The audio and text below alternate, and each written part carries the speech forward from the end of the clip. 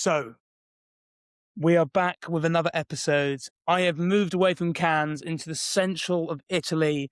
I am still recovering from the England Congo game. I mean, that nearly had me. I was, oh God, I was all over the place watching that game.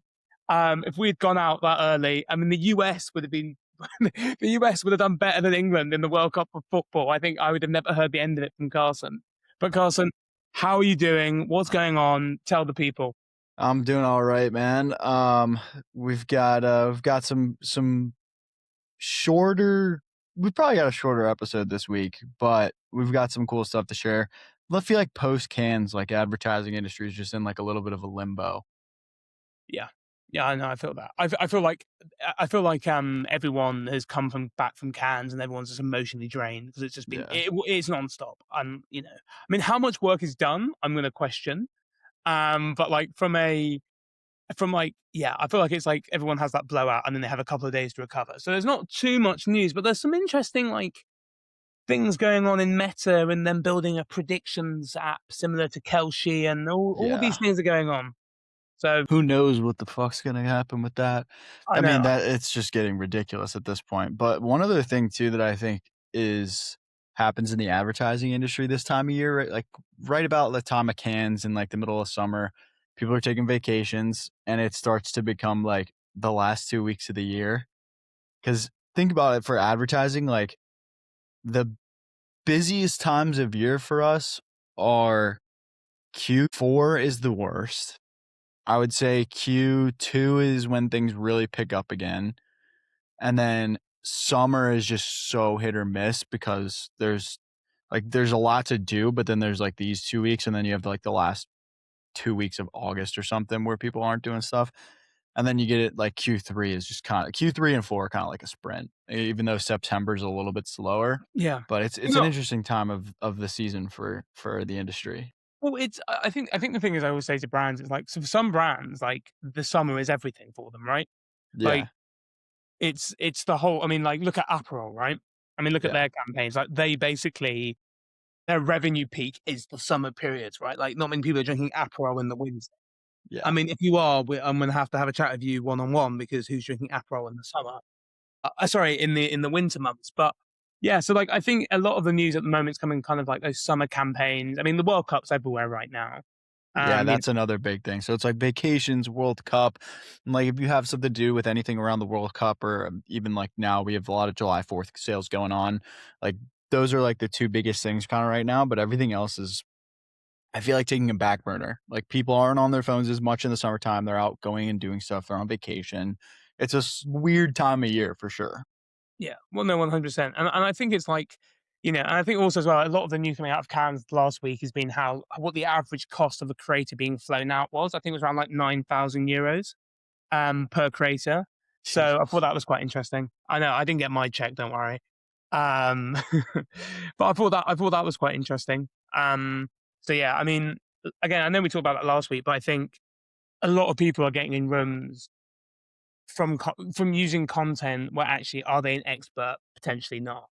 Um, so yeah. Yeah, kind of. I want to kind of go back to like this creator stuff at Can. What are your thoughts on Can seeming to cater way more to creators than normal beginning? Like as an advertising festival, like what do you think? Well, like, I mean, to be honest with you, I mean, I'll kind of share the results with you a bit later. But I'm currently doing a test right now where I'm just essentially building a personal brand on Instagram, just because I thought it's something that I've never really done and given a go. I've done like burner accounts on UGC, but I've never like gone fuck it. Let's actually build a brand. And like over the last 2 weeks, I'm up to like 1.4K followers. Like I've grown it quite quickly. But what is very clear to me is when you're the content part, the trust that people have in you is so much higher because of the information and the education. Like I'm already seeing like people DMing me saying, "Can you make me ads?" And it's like, okay, so if you can actually be the content that people watch and learn, then they're already ready to buy from you. So it's a different buying like cycle. So I'm Hmm. guessing lots of these big brands, Adobe, Canva, Meta, they've realized that where are people getting the information from? Oh, it's from these creators. If they're at the event, then it will get people to go there. So I think that's kind of the benefit. But also it flips on the other hand, where it's like algorithms now are so easily hackable in the sense of you can actually manipulate it. where people can have all these followings but actually have not much influence. I think there's like this anti-viral trend occurring where, if you have 2,000 followers, but like they listen to what everything you do and they believe in your content and they understand your view on the world. Because like creative strategy and content or ads as well, like you can have two great advertisers have two very different approaches, Yeah. you know? And like my thing too with the creator part of Can is and them catering so much to it is the creators are the ones maybe executing, but for the most part, like most of these people who are creators, that's their job. They don't necessarily have an advertising skill set. Like they're not going to be writing a killer script. They're not going to be thinking of everything from A to Z. And I think it's a little bit, I think it kind of not discredits the advertising world a little bit more, but it feels like they've lessened the priority of who's important at the event. And I think a lot of it's just like, oh, can we get creators here to talk about the event and just grow it even more? And then it becomes a whole nother problem. But that's Yeah. just me. Maybe I'm a little bit cynical about it. Yeah, I mean, but then to be fair, like the thing that I was going to mention about, look at Meta. There was a massive not scandal, but there was a bit of backlash that was reported by Mr. Paid Social, and that I thought was very interesting. The Liquid IV partnership ad. Have you seen that? Mm-mm. So essentially, Meta and be actually this is careful for you as well. Meta have now made it where if you make content and you don't opt out, I think companies can put like sponsored posts behind it without asking permission. They can just like put paid behind it. And here's the example. So I'll just show you the video very briefly. So this is the story in question. So Mm. so did you hear the audio for that? No, but I So saw the basically, text. but yeah, so you see the thing, right? So Liquid IV ran a sponsored ad or paid a paid ad behind this woman who did not give permission. And it's interesting because I feel like if you look at kind of what's going on with the marketplace now and this push for partnership ads from Meta, I think it's very clear that there's going to be a very interesting moment where if you post content on Meta, be cautious. You do not own like the distribution. Meta can take that away from you in seconds. They own you on that platform. Yeah, I mean, the other thing too is like nobody reads terms and agreements, so I wonder if that's like a term and agreement in there, but also it's your name, image, and likeness. So if a brand tarnishes that, that's a suit for defamation. But speaking of lawsuits, I think Shell needs to get into a lawsuit. And let me share with you why I I think this. Because Shell targeted as green space rebrands tube stations during heat wave.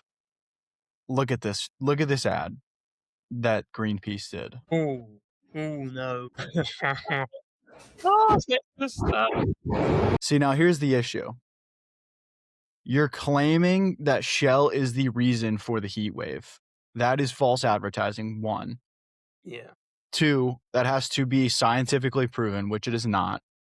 And if I was Shell, I would be suing the living crap out of Greenpeace right now because this is the type of advertising that genuinely makes me angry because you have no claims to back it up, you have no scientific proof, and you're going after a brand who probably is delivering more to the earth than what you're doing. Well, I think it's like I think I think the thing is right. The thing frustrating me is like if they were like blame oil companies, like there's probably been It's studies a done that broader claim. it's a broad claim, but to blame one like Shell isn't the biggest either, is it? I mean, I swear, like No. there's like bigger, like, you know. I mean, to be fair though, for a brand, a quick takeaway: if you're advertising in the UK, that is a very smart play in the sense of taking. You can literally just put free advertising Yeah. and just don't do that advertising though. But you know what I mean? That's a It is a smart play. It's just the execute like the concept is there for like what you're doing, but in terms of the actual ads itself, dude, if I was Shell, I would be paying my lawyers double time to be making this happen as quickly as possible but it's yeah, I because mean, that's yeah. ridiculous. I think it is. I mean, I just think you can't. You can't make if you want to make a claim like that, you have to really back it up. Yep. Like I think, yeah. Going When do you? after a specific company too. Yeah, I mean, it's dangerous, right? Isn't it? Yeah. It's dangerous. It's dangerous. I mean, Especially, I mean, respect because it takes balls to go after a company that big. Yeah, wait one second. Um, Also, did you see the ad for that Wordsmith did for, Boston and Scotland? no, no, please show this Let me one. show you. It's pretty funny. Let's have a look. "Boston, your bar is fought bravely." It's got the Scottish flag in there because they ran out of beer from the Scots, Tartan Army. I thought that was pretty funny. And there's Outfront. Shout out to Outfront. Goats. But yeah, I mean, yeah, I still can't get over the Shell ad. But you know, again, Well, this, I mean, out of home, the reason why they're so powerful is literally what Carson was showing, and this is why yeah, Carson does it. Because if it's a great ad, people film it, and then you can make content about the content, right? It's yeah. like the David protein bar thing you showed me, you know, like they made Speaking more of, sorry, I didn't mean to cut you off. money. What were you saying? I was just saying, like, look at David, like the ice cream, right? They took advantage. They got more views from the behind the scenes than the actual Yeah, bloody ad itself. You yeah. know? Yep. Speaking of lawyers too, um, I won't show this because it's the whole thing because it's a 3-minute clip, but Harvey, the AI law app, is Um, launched a promo video with Gabriel Macht from Hey, Suits. So I sick. wanted to share this with everybody for like a minute or so. What do you think of that? I mean, I think first of all, it's like I mean, look at my reaction, right? Like it's Harvey from Suits. I mean, Yeah, I think the amount of times I must have watched that is probably great show. like it's unacceptable. It's a great show, and you Yeah. build that. There's already a feeling towards it, right? You know? Yes. I like it too because it feels like it's just a fun, interactive, not selling you on the product ad promotion, right? Like it feels like when I see this, I'm like, oh, this would be fun to watch because it's just it's questions with Gabriel Mock from Suits, right? It's not like we're pushing this in your face. It's a little bit longer form, 3 minutes for an ad is more than typical or more than the typical length, but it's cool because it feels like it's just super organic and like we want to tell people about like who we are and what the product is based off of and all this other stuff. So I think it's a good play. I think it's really cool. Yeah. I mean, I'm about to make your day, by the way, because you've been giving me so much sauce. It's only fair that Luke returns the fire. So I have 4 out of home ads. Beautiful. I I love have, it. and we can go through them all and we can make some observations. So the first one is a Cole Palmer one. Have you seen this? I have not seen this. So this Go Puff is like Very cool. a Deliveroo Uber Eats vibe, right? But like groceries and things. And essentially, it's keep your cool, keep it cold. So Cole Palmer is a football player that plays for Chelsea. And they've basically launched this Get Cold Palmer's premium ice. So it's like like a liquid death play, right? It's a Yeah, product to push marketing. So they've done the cold ice from Cold Palmer, which I think is really smart for 2 I reasons. like that. I like the play. Because first of all, it's like buy ice because it's hot because you may want to buy ice, and secondly, it's keep your cool. So like in a way, like by going with Go Puff, your stuff is cooler for longer. So it's like a potential 2 plays there, right? The delivery times are fast, right? Um, so yeah, do you like it? I like it. I like the play on words. I think it's pretty cool. Okay, next one. Ready? It reminds me of like the Carlsberg ads, like Yeah, probably the best beer for the world. yeah. Soften the unicorn's mane after a blow dry, probably. I mean, again, really, again, this is very visual. This is a metaphor. You can imagine this.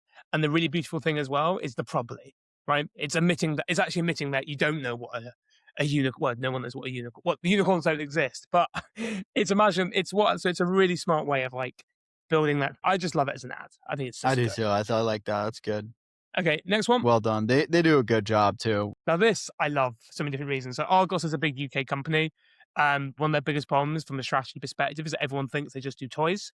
That's kind of what they grew their brand. That's how they grew their brand. And they're trying to basically get away from that because I presume they want to increase their TAM. So, there's more to Argos than toys. And the joke is that it's a fridge that looks like a toy packaging.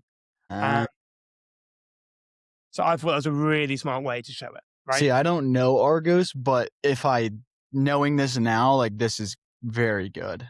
Well, because it's like it's playing into the fact that we know how people look at us. Yeah. Um, And it's but reframing how people are looking at them. Precisely. And then last ad, and I thought you'd be on this one. Tool Girl. What do we think? I mean, What is this for? I think this is around women's basketball. I may be wrong. I'll admit that. If someone claims I'm wrong, I'll put my hands up and say, but I think it's around basketball because of the, basketball logo up here. I think that's the women's league, Yeah. It's uh, not the WNBA, I don't think, unless it's an alternate logo. But potentially. But yeah, I just oh, no, it's tennis. That's tennis. it's tennis, yeah, nice, nice. I think that's tennis. Okay, fine. I do love the fact that we both yeah, nice. Um, I like that, though. It's a cool little reframe showing that because they're trying to reach a female audience, I'm sure. yeah. So I like that. I think that's cool. But yeah, so that was kind Those are of very the good. but I yeah, need you to send me all of those. I will do, I will do. I gotta I add them just to the swipe file. well, like, I just thought the reason why I want the audience to see those is just like you can play the out of home game in so many different ways. You don't have Yeah. to have it a simple billboard. It can be and something that actually comes out that's a bit 3D, you know? Yeah. Um, so yeah. On the concept of out of home too, the Honest Company has some new billboards and posters up for targeting the female audience. So safe on skin, safe to flush. Toilet paper is old news. Made for your sensitive parts in your pipes. And I think this is same thing, but I think these are pretty good. This is funny. I like this one. But this is like relatability.com, right? This is Yeah, knowing where your audience is at and meeting them there. I mean, this is great, great finds here, Carson. yeah. I like this one a lot. I thought this was great. I need to add that to my thing. Um, there's that one, and then I also have a new campaign this week in honor of the World Cup as well. Ooh. I don't think we've covered this one, um, but this is Ronaldo and Whoops collab for a World Cup promo. Let's take a look. Oh, interesting. I didn't know he wrapped his whoop up. I didn't either. Oh, interesting. What do you think? I mean, look, will I remember this ad in 100 years' time? Probably fucking not. But it's probably my new litmus test. But from like a Whoop activation, it probably ticks all the boxes, right? You Yeah. know, I think it's a solid, well done ad. What was we watched one a couple of weeks ago. See, I can't even remember the brand name. But we watched a couple of weeks ago for some UK. I think it was hydration brand or something. Lucas This Aid. is that Lucas. one, Oh yeah, for Drew Lucozade. Bell. This reminds me of the direction they should have gone. Yeah, yeah, This is emotional. It shows it tells a story. Like this is a beautifully done ad, and not just from like a high production standpoint and editing, but the story that they're able to tell with this is great. And it talks about like you go from not having limits to have your limits imposed, and what you need to do is know your body so you know like what your limits truly are, something like that, right? Like that's what I gather from it. yeah. I think But, it's a great job. well, it's again, it's they're not. I would say the wording is they're not risking it. It's something they know will work. There's Yeah, no. It's not a big swing, right? yeah, yeah, and that's okay. Not That's every. okay. Not again. You Not have everything has to be. yeah, literally, literally. But I think this is a great, well done, well timed, well executed campaign with a good brand part. Agreed. Agreed. No, I mean, look, it's a classic. It's a classic. So, do we need some industry news? Are we need to dabble over in the industry news section, or what have we We've got? kind of been all over the place. I gave all my industry news, Okay, fine. Well, we're. but whatever you got, throw it at me. I mean, basically the thing that I thought interesting was that TikTok and Strava they've announced this fund, European fund to support local fitness creators, which I thought was quite interesting. From just like I don't know, like again, creators for a lot of people, creators they don't make much money from it, right? But for a lot of them, they do. So it's like this 80-20. So I think this is a really cool thing from TikTok and Strava. Again, Strava will be benefiting from this because it's content creators and TikTok want this because it means that Strava will be spending more money on their platform. So that's kind of the behind the scenes of it. But yeah, I think it's a really cool thing. I don't see anything wrong with it as a play. Yeah, that's now that it's like that. I hear that it's about influencers and creators. It makes a lot more sense. So yeah, it's I wonder, Strava's a interesting company, yeah, but I'm a but Strava hater because my buddy's one of their competitors. So yeah, I mean, you gotta hate, right? You gotta hate the you got competition. to, you got You to. got that's the job of it. When your mate has a company, even if you're like your mate's building like a tech company, they've got to hate Apple. They just have to, even you know. Exactly. Okay, Back. Oh man, it's fine. You can become a content creator for a hair loss company. I think there's a win I'm there. uh, I'm officially balding, and I've already been prescribed minoxidil and finasteride, so I'm hopping on it, folks. I'm hopping Well, on it, wait. getting Well, ahead of the curve at 20 hold fucking on. 4 years old. Speaking of 24 years old, exactly 4 months from today, I'll be 25 years old, which scares that doesn't scare the shit out of me, but it's crazy. I'll be halfway to 30. Jesus, Jesus. I mean that, Nuts. but and also I think that's the fun part, right? Like getting older, like the experiences you'll have. Yeah. Oh, 100%. Yeah, Hold on. dude, look at this. It's already going. It's getting out of here. It's This is ridiculous. what we're Balding and I'm going gray at 24 years old, which is just a double whammy that you hate to see. I I'd mean, rather just go gray. but I'm guessing the play here though is that we you can just go to all the great biggest hair loss companies and say, "Hey, let me make ads for you." Because I feel like you'd be a Yeah. perfect. I mean, I'm not even kidding. You'd be the perfect creator for what they were But looking. yeah. Imagine the hook. I'm a 24-year-old and my hair's already just. Oh, bro, that rips. You know it would rip as well in the Yeah. account. Okay, we have. I found my ad in my collection. So, Carson, you know the aim of the game. Name me the category win. Where do you think we're playing in today? I'm gonna guess something within the sports realm. No, No. Okay, household what? good. Household good. Household goods. Okay, what company? Dyson. Give me Dyson. No, we haven't got a Dyson. Damn. We've got this is for the old ones. Maxwell House. Wow.